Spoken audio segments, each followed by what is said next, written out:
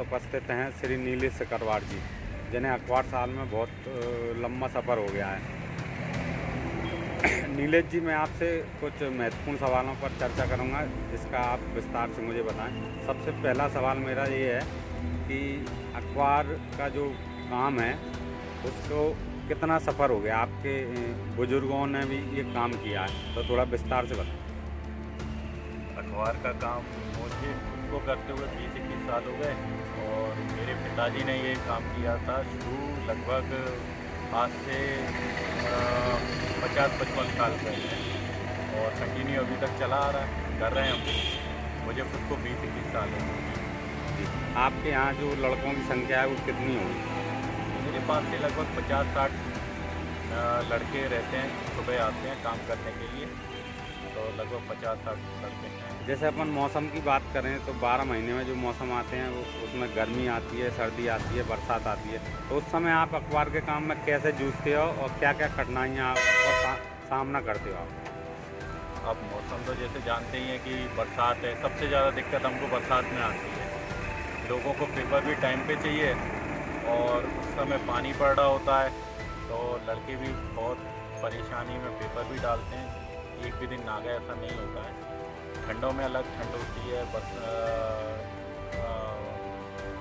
होता है, पानी पड़ता है, काफ़ी दिक्कतें आती हैं। गर्मी है तो गर्मी में तो फिर भी चल जाता है, लेकिन बरसात में सबसे ज़्यादा दिक्कत आती है। फिर भी कोशिश करते हैं कि टाइम से पेपर सभी लोगों को दे पाएँ और लगभग हम दे भी पाते हैं। मैं आपसे ये पूछना चाहता हूँ कि जो अखबार वितरण का जो काम करते हैं वो अपनी मेहनत से रोजी रोटी कमाते हैं, लेकिन सुपरी शहर में देखने में आया है कि जो पत्रकारों का गिरोह बनाकर ब्लैकमेलिंग की जा रही है, इस पर आपका क्या कहना है? नहीं, कई अच्छे पत्रकार भी हैं, ऐसा नहीं है कि सभी लोग ब्लैकमेलर हैं। कई सारे अच्छे पत्रकार भी हैं और लोग उनको जानते भी हैं। जो अच्छे पत्रकार हैं उनको भी जानते हैं और जो ब्लैकमेलिंग करते हैं उनको भी सब जानते हैं, तो किसी को कुछ बताने की ज़रूरत नहीं है। जनता, अधिकारी, सभी लोग समझदार हैं, सबको जानते हैं वो, किसी को कुछ बताने की ज़रूरत नहीं है और सबका अपना अपना मोरल है, जैसे वो जीवन जीना चाहता है, ब्लैकमेलिंग करके, मेहनत करके, सबका अपना अपना तरीका है। सर, मैं एक बात और आपसे जानना चाहता हूँ कि प्रशासन से आप क्या मांग करते हैं और ग्राहकों, पाठकों से आप क्या मांग करते हैं? जैसे तमाम तरह की परेशानी आती हैं लड़कों को बांटने में, तो उनकी मदद के लिए क्या क्या सवाल करेंगे आप, क्या मांग करेंगे?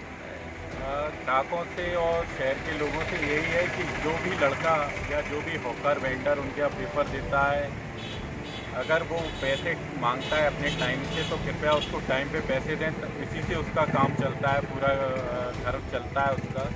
तो इतनी ही मदद कर सकते हैं कि पैसा उसको टाइम से दें, महीने पे दें, तो जिससे वो अपना जीवन यापन अच्छे तरीके से कर पाए।